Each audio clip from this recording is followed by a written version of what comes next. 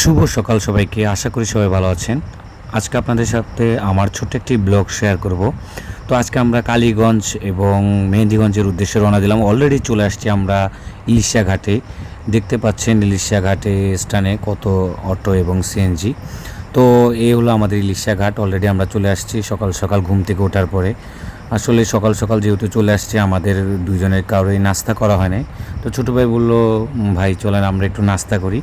তো আমি বললাম আসলে কি খাওয়া যায়। তো ও বললো যেহেতু আমরা সকাল সকাল পরোটা ভাজি না খেয়ে ভাত ভর্তা টর্তা দিয়ে খাই। তো দেখতে পাচ্ছেন এখানে ভাজি ভর্তা অনেক আইটেম, তারপরে বিভিন্ন ধরনের মাছ। তো ভাবলাম সকাল সকাল যেহেতু একটু ভারী খাবার না খেয়ে একটু হালকা পাতলা কিছু খাই, ডিম ভাজা ভর্তা ভাজা। তো অলরেডি ডিম ভাজা ভর্তার জন্য অর্ডার করে দিয়েছি। তো কিছুক্ষণের মধ্যে চলে আসবে। তো আমরা অলরেডি খাওয়া শুরু করেও দিয়েছি। দেখতে পাচ্ছেন এই যে ভর্তা ভাজি ডিম। তো দুই ভাই মিলে খাওয়া শেষ করে অলরেডি লঞ্চের উদ্দেশ্যে রওনা দিলাম। কিছুক্ষণের মধ্যে আমাদের লঞ্চ ছেড়ে দিবে ইলিশা ঘাট থেকে কালীগঞ্জ। তো কালীগঞ্জ যাওয়ার পরে তারপর হচ্ছে মেহেন্দিগঞ্জের উদ্দেশ্যে আমরা সেখান থেকে পাতারহাট রওনা দিব। লঞ্চ অলরেডি আমাদের ছেড়ে দিয়েছে। তো সত্যি আসলেই ওই দিনটা খুবই ভালো ছিল এবং অসাধারণ ছিল, একটা অসাধারণ এক্সপিরিয়েন্স হয়েছে।